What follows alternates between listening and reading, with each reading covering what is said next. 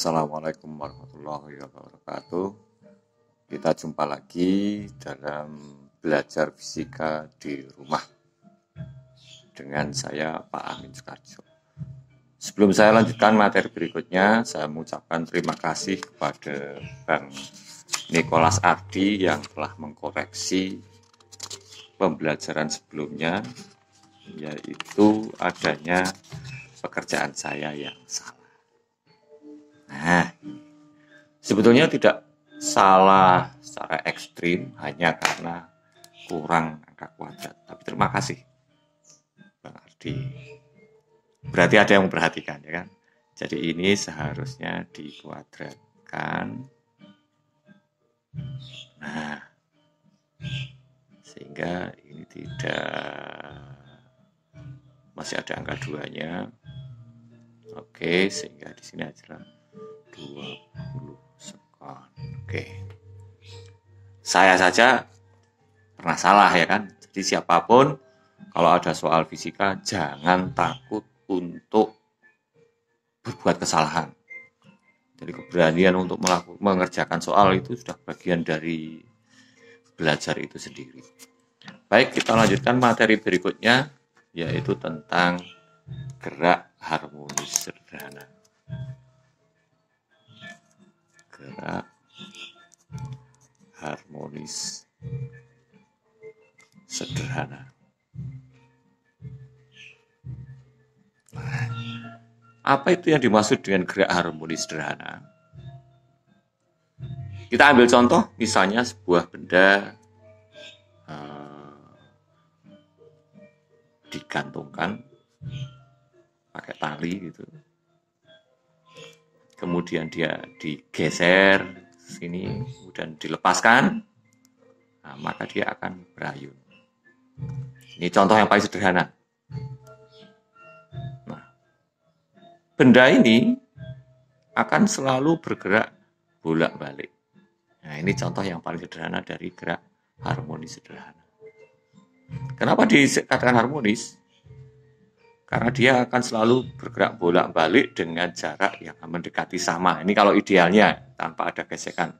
Maka dia akan selalu gerak kayak gitu terus. Kenapa disebut sederhana? Karena gerakannya sangat simpel. Hanya maju, mundur di sekeliling titik yang kemudian disebut sebagai titik seimbang. Ini titik seimbangnya. Ini posisi seimbang. Posisi seimbang. Jadi ini kuncinya. Ada lagi contoh yang sederhana lagi. Misalnya pakai air track. Kayak yang kemarin, air track. Kemudian ada keretanya. Nah, karena air track itu tanpa gesekan, kalau kemudian saya pasang pegas di sini, nah ini menjadi posisi seimbang, ya kan? Posisi seimbang.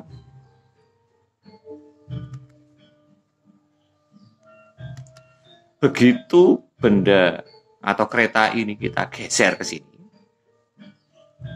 nah, kayak gitu, maka dia akan kemudian balik lagi ke sini. Sampai di sini, balik lagi ke situ, sehingga dia akan maju mundur juga. Kayak gitu. Ada lagi contoh yang lebih sederhana lagi. Misalnya saja menggaris yang logam misalnya, atau contoh yang ini. Nah, logam kayak gini. Kemudian kayak gini. Kemudian ini kan posisi seimbang. Kalau saya gini kan, nah dia akan bolak-balik. Nah, sayangnya ini teredam sehingga dia langsung berhenti. Tapi yang kita maksudkan di gerak harmonis sederhana ini adalah dia bergerak bolak-balik ini gini terus. Efek peredamannya dianggap tidak ada. Nah, sekarang kita lihat bagaimana dengan kasus yang kayak gitu. Oh, ternyata penggaris ini akan selalu kemudian kayak gini. Bolak-balik di sekitar titik seimbang. Nah, dengan ciri seperti itu, maka kita sekarang bisa kita tuliskan. Sebelum kita mendefinisikan, kita lihat dulu ciri-cirinya apa. Ciri-ciri gerak harmonis sederhana. Kita singkat saja tadi GHS.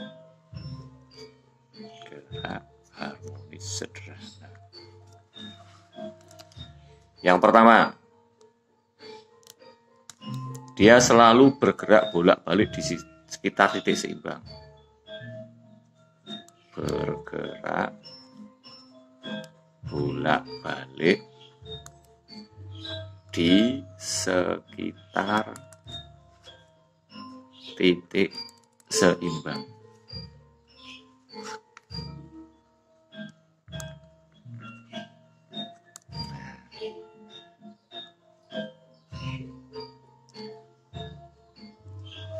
Kemudian ciri yang kedua lagi apa? Oh, ternyata kita lihat lagi.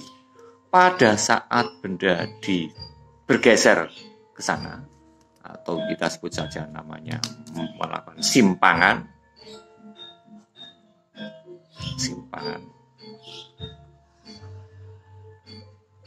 Nah, simpangan otomatis masing-masing beda-beda. Ini simpangannya ke sana, simpangan. Kalau ini yang misalnya yang positif, ini yang positif ke sana. Oh, berarti yang sini ini yang negatif, ini yang negatif ke sini. Bagaimana kalau yang ini sama? Ini juga. Oh, ke sana berarti nyimpang positif, yang ini nyimpang negatif. Nah, ciri yang kedua, dia akan selalu, kalau tadi yang pertama bergerak bolak-balik di sekitar titik seimbang, yang kedua, kenapa bisa dia menyimpang positif dan negatif? Kita lihat, pada saat nyimpang positif, contoh kasus yang ini, oh ternyata seolah-olah benda ini akan tertarik ke arah sana, ke arah negatif. Tapi begitu dia menyimpang ke arah ke kiri, ke arah negatif, justru sekarang dia seolah ditarik ke sana. Contoh yang lebih enak yang ini, pegas. Pada posisi seimbang, pegas ini nggak melakukan gaya apapun. Tapi begitu bergeser sejauh simpangan positif, maka seolah pegas ini menarik ke kiri. Tapi begitu pegasnya penyet, otomatis pegas ini seolah-olah akan mendorong ke arah kanan. Nah, jadi akan selalu ada gaya yang mendorong atau menarik menuju titik seimbang. Nah, gaya ini yang kemudian akan kita sebut sebagai gaya pemulih.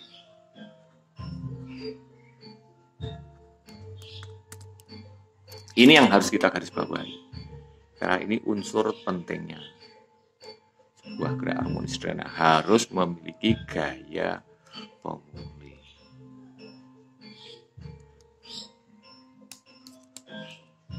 Oke. Nah, sekarang kita lihat apa yang terjadi dengan sebuah benda yang sedang bergerak bolak-balik tadi.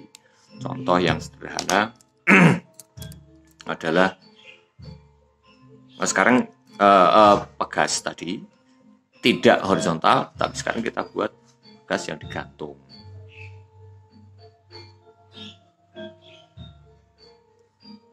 Seperti ini. Kalau ada sebuah pegas yang digantung, maka benda ini akan mengalami gerak bolak-balik naik turun. Nah, waktu yang dibutuhkan untuk satu kali bergerak naik turun, atau misalnya saja hanya dia naik sampai di sini, kemudian naik, kemudian turun, kemudian balik lagi ke sini, ini disebut sebagai satu periode. Simbolnya huruf T besar, jangan salah dengan T kecil, T besar, periode.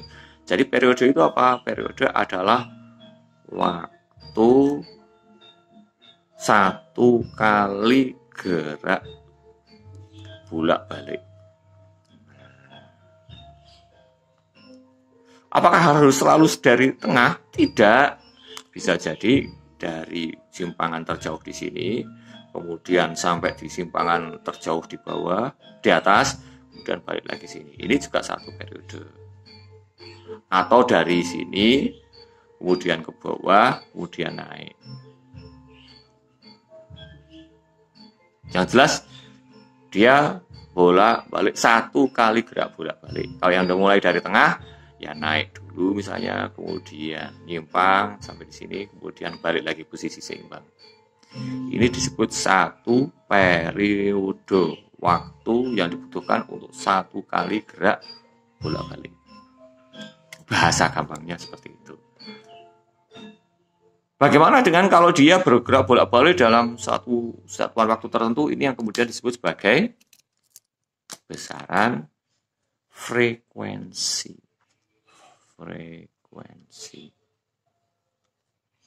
Simpulnya huruf F. Didefinisikan sebagai banyaknya gerak bolak-balik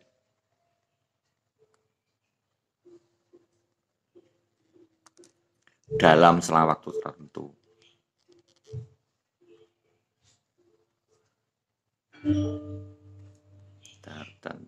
Seperti itu. Oke, sampai di sini bisa diterima. Baik, sekarang kita mencoba mendefinisikan bagaimana persamaan simpangan dari gerak bolak-balik atau gerak harmonis sederhana ini.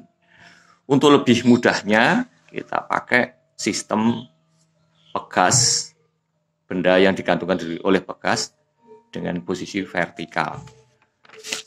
Kita lihat sistemnya.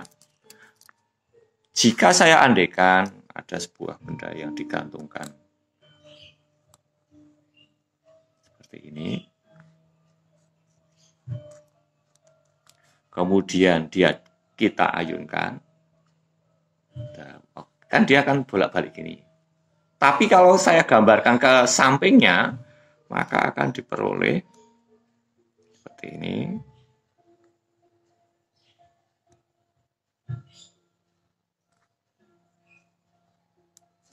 Seperti ini.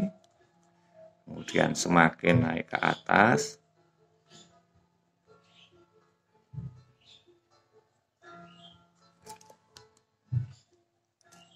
seperti itu. Kemudian saya ulang lagi, ini seolah-olah gambaran dari waktu ke waktu, bukan berarti pegasnya ada banyak, tapi dari gambaran dari waktu ke waktu. Nah, seperti itu.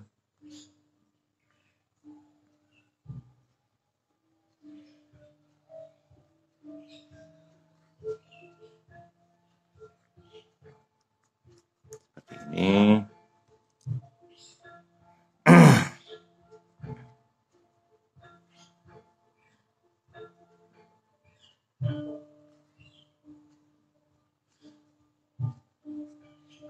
Ini.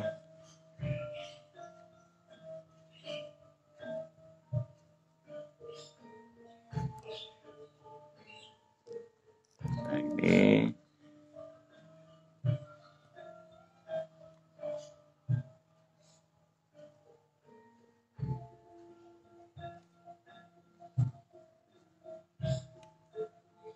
Seperti itu.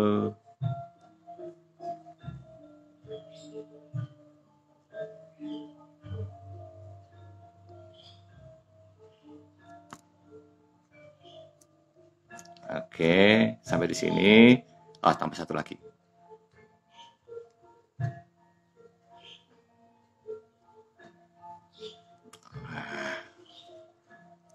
Apa yang bisa saudara lihat? Oh, ternyata gambaran pergeseran benda yang digantung tadi, kalau diperhatikan, ini adalah posisi seimbangnya. Ini posisi seimbang. Posisi seimbang. Ternyata kita peroleh benda itu mengalami pergeseran seperti grafik apa coba?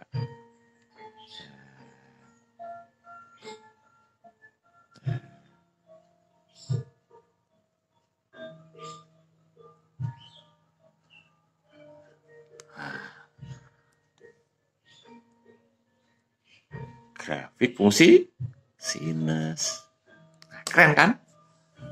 Oh, jadi kalau digambarkan, saya andaikan posisi ini adalah simpangannya, kita sebut saja Y, atau simpangan, kita akan dapati suatu saat dia akan mengalami simpangan maksimal, Y maksimal, atau Y maksimal ini disebut juga amplitudo. Jadi yang namanya amplitudo adalah simpangan maksimal, simpangan terjauh. Apa selalu yang ke atas? Tadi kita lihat yang namanya simpangan itu boleh positif, boleh negatif, boleh positif, boleh negatif. Oh, berarti amplitudo juga bisa amplitudo yang ini berarti yang positif, yang ini amplitudo negatif. Nah, demikian juga Y simpangan. Simpangan bisa ke atas positif, simpangan bisa ke bawah negatif. Dari gambaran ini, maka kita bisa katakan bahwa simpangan pada gerak harmonis sederhana adalah fungsi sinus. Tetapi di dalam sinus kan harus berupa besaran sudut. Nah, ini yang jadi masalah. Terus kita lihat, sinus itu kan nilai maksimal berapa? Oh, sinus itu maksimalnya 1, minimalnya -1. Padahal Y-nya maksimal amplitudo. Oh, berarti kita harus tambahin lagi di sini amplitudo. Sehingga besarnya simpangan sama dengan amplitudo kali sinus sudut. Nah, yang jadi masalah adalah bagaimana kita menggambarkan sudut ini sementara yang kita lihat ini adalah sebuah benda yang hanya naik turun, nggak ada gambaran sudutnya. Nah, ini bisa kita analogikan. Jika saya andaikan pegas tadi, benda yang digantungkan oleh pegas tadi, kemudian kita hubungkan dengan sebuah benda yang bergerak melingkar. Nah, karena di posisi seimbang seolah-olah di sini. Kemudian saya hubungkan di sini. Nah, kayak gini. Ternyata akan diperoleh pada saat pegas naik. Saya akan berada di sampingnya.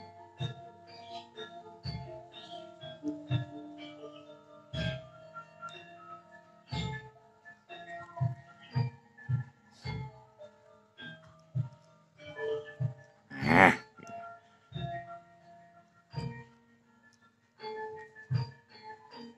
oh ternyata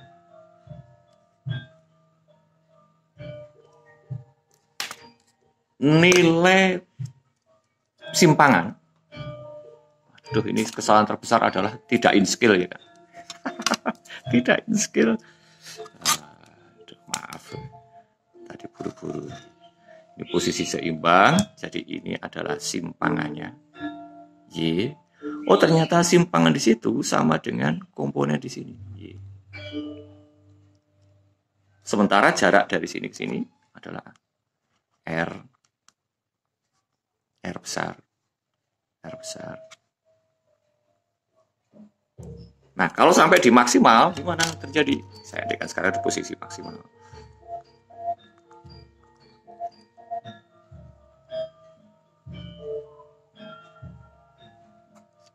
Jadi kalau di posisi maksimal seharusnya di sini. Di saat amplitudo maksimal berarti diperoleh Y-nya sama dengan amplitudo. Y sama dengan amplitudo sama dengan besarnya R. Nah, terus bagaimana di sudutnya? Sudut yang diperoleh di sini, theta, ini kebetulan theta sama dengan 90 derajat, yang ini theta sama dengan 0 derajat. Nah, oh ternyata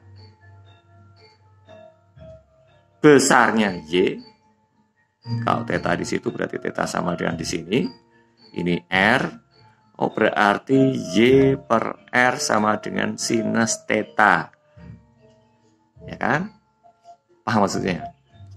Oh berarti lagi juga Y sama dengan R sinus theta, di mana theta itu adalah benda yang berputar dengan kecepatan sudut tertentu, maka dia akan seolah-olah memiliki persamaan omega kalikan waktu. Apa itu omega? Omega adalah kecepatan sudut. Kecepatan sudut itu apa? Kecepatan berputar. Kan gitu kan? Sehingga diperoleh persamaan tadi Y bisa dituliskan kemudian menjadi Y sama dengan amplitudo kali sinus omega kalikan T. Jangan lupa, karena ini seolah-olah benda yang bergerak melingkar beraturan GMB, maka omega bisa dituliskan sama dengan 2pi kalikan frekuensi atau sama dengan 2pi per periode.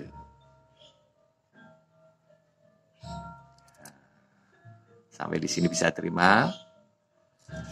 Baik, sekarang ada masalah sedikit. Apakah selalu getaran itu selalu seperti fungsi sinus seperti ini, yang startnya dari posisi seimbang? Kan bisa jadi misalnya saja start dari sini, misalnya start dari simpangan terjauh, misalnya start dari simpangan terbawah. Nah, apa yang terjadi seperti itu? Jika seperti itu, kita lihat. Jika saya andaikan ini fungsi seimbangnya, kita akan coba menganalisis bagaimana fungsi sinusnya tadi. Saya andaikan ini fungsi sinusnya.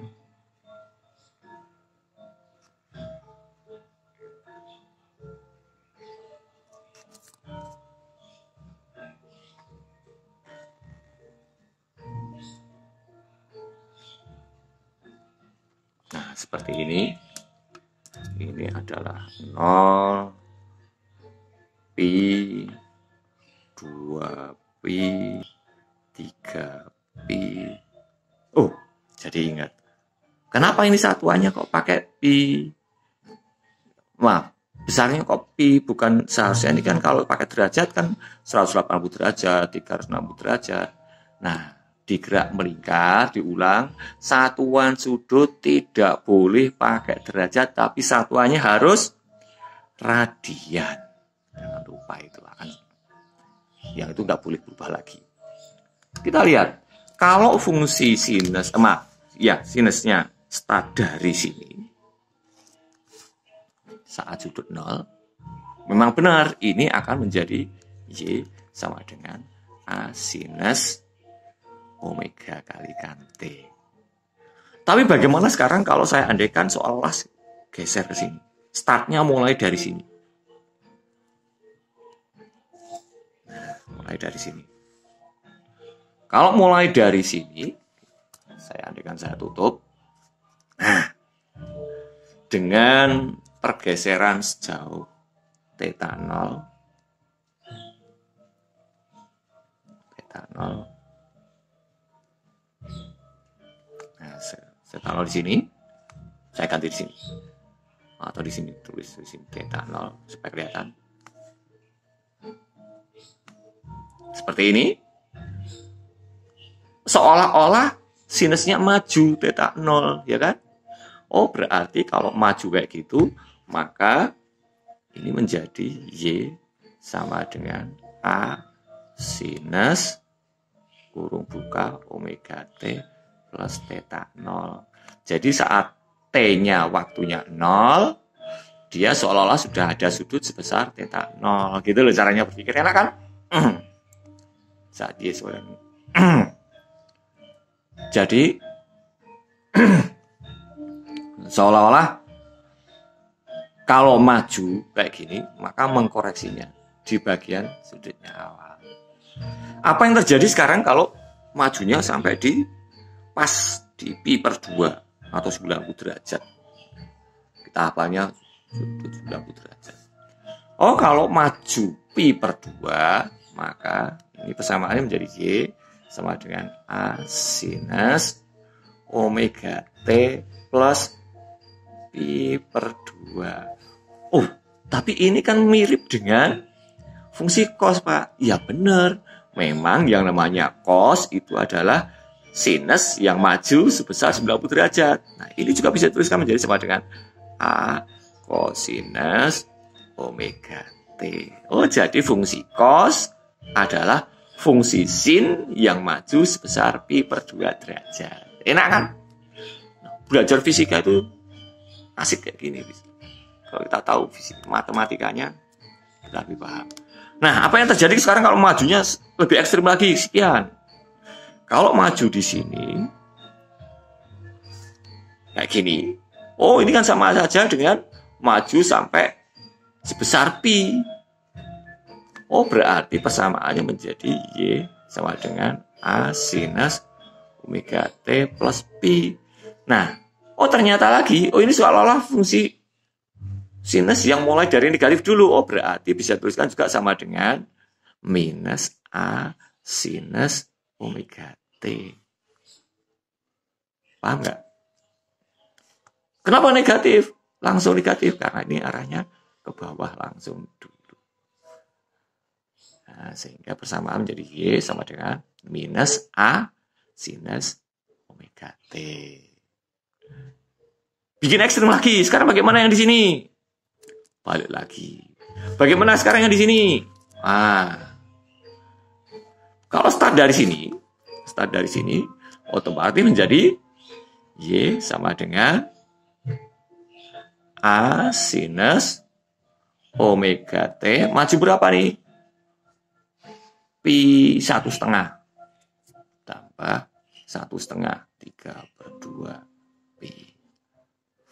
Loh, tapi ini kan kayak kosinus yang start dari negatif dulu. Oh ya, berarti ini sama dengan minus A kosinus omega T. Nah, ini kalau gitu persamaan simpangan pada gerak harmonis sederhana yang benar yang mana? Benar semuanya, tergantung start dari mana. Nah, untuk bentuk umumnya, saya andaikan kita start dari sudut sembarang, maka kita pakai yang ini saja. Sehingga nanti theta 0-nya mau berapapun menyesuaikan. Sehingga Y yang kita pakai, persamaan simpangan gerak harmonis sederhana, adalah sama dengan A sinus omega T plus theta 0. Gampang kan? Jadi kita akan bisa mendapati persamaan ini sampai kepada level paham ceritanya. Sampai di sini ada pertanyaan, nanti silahkan tuliskan di komen. Baik, kita lanjutkan. Tadi di awal sudah kita bahas ada komponen yang paling menentukan, yaitu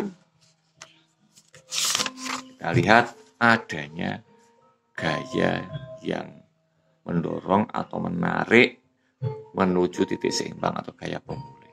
Nah, ini efeknya di mana? Efeknya adalah, kita lihat, benda yang sedang mengalami pergeseran otomatis akan menyebabkan simpangan ini bisa mengalami kecepatan dan percepatan. Karena gaya efeknya percepatan. Kita lihat. Oh, besarnya Y, kecepatan geraknya V gerak harmonis sederhana itu sebetulnya, aduh ini bahasa matematikanya belum diterangkan oleh matematika, tetapi saya tunjukkan saja hasilnya. Sama dengan A omega kosinus omega T plus theta 0. Ini dapatnya dari mana? Aduh, ini nanti biar dibahas di matematika saja. Tetapi ya hasilnya seperti ini. Apa yang terjadi dengan percepatannya? Percepatan gerak benda yang mengalami gerak harmonis sederhana adalah sama dengan seperti ini, atau kemudian dituliskan sama dengan seperti ini. Nanti dibahasnya oleh matematika.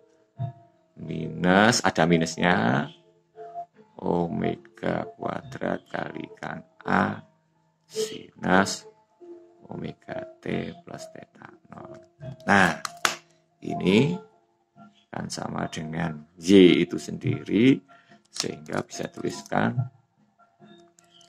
A gerak harmonis sederhana sama dengan minus omega kuadrat Y.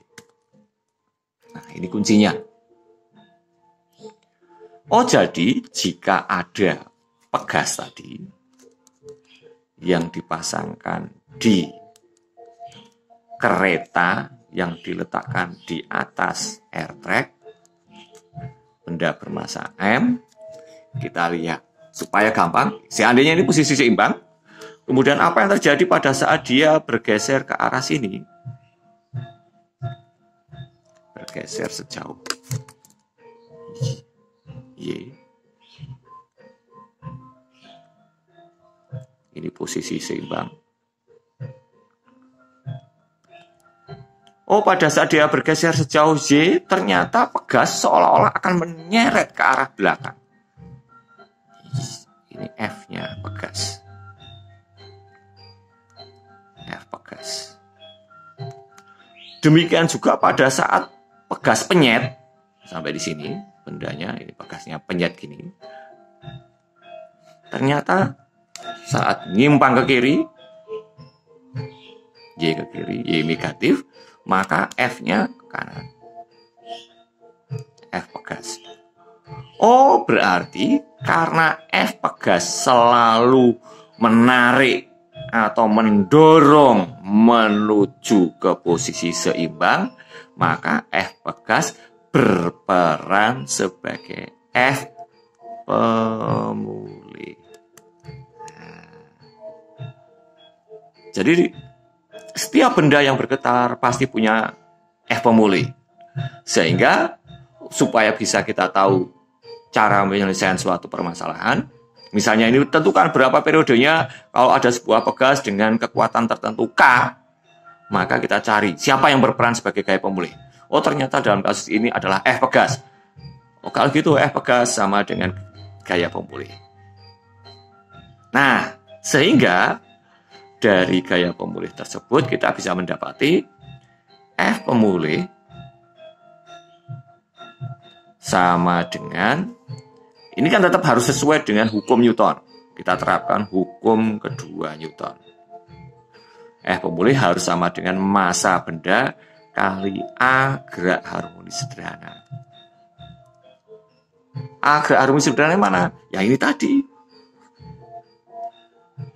Kita hajar ke sini.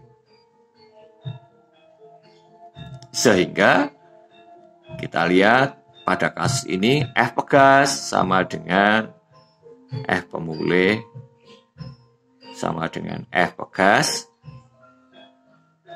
sama dengan K kalikan X. Tapi jangan lupa, gaya pemulih, gaya pegas ini kan selalu berlawanan arah dengan simpangannya. Berarti ini harus ada negatifnya. Kalau perlu kasih keterangan. Kenapa negatif? Karena arah berlawanan dengan simpangan. Jadi ini boleh X, boleh Y. Nah, pada cerita di sini kita Y ganti Y.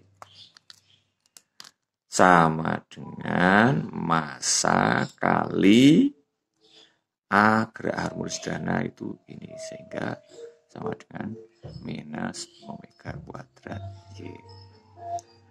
Ada Y yang sama, bisa coret. Ini Y coret, Y coret. Sehingga diperoleh, oh negatifnya juga ternyata hilang, karena ini negatif, sehingga diperoleh K per M sama dengan omega kuadrat. Omega itu apa? Kita lihat lagi, omega itu apa? Omega tadi sudah kita singgungkan, karena ini seolah-olah seperti benda yang bergerak melingkar, ke sana arahnya, maka omega sama dengan 2pi per periode atau 2pi kalikan frekuensi. Tergantung yang ditanyakan. Misalnya yang ditanyakan periode, berarti ini sama dengan 2pi per periode dikuadratkan. Atau diperoleh T kuadrat sama dengan 2pi kali M per K.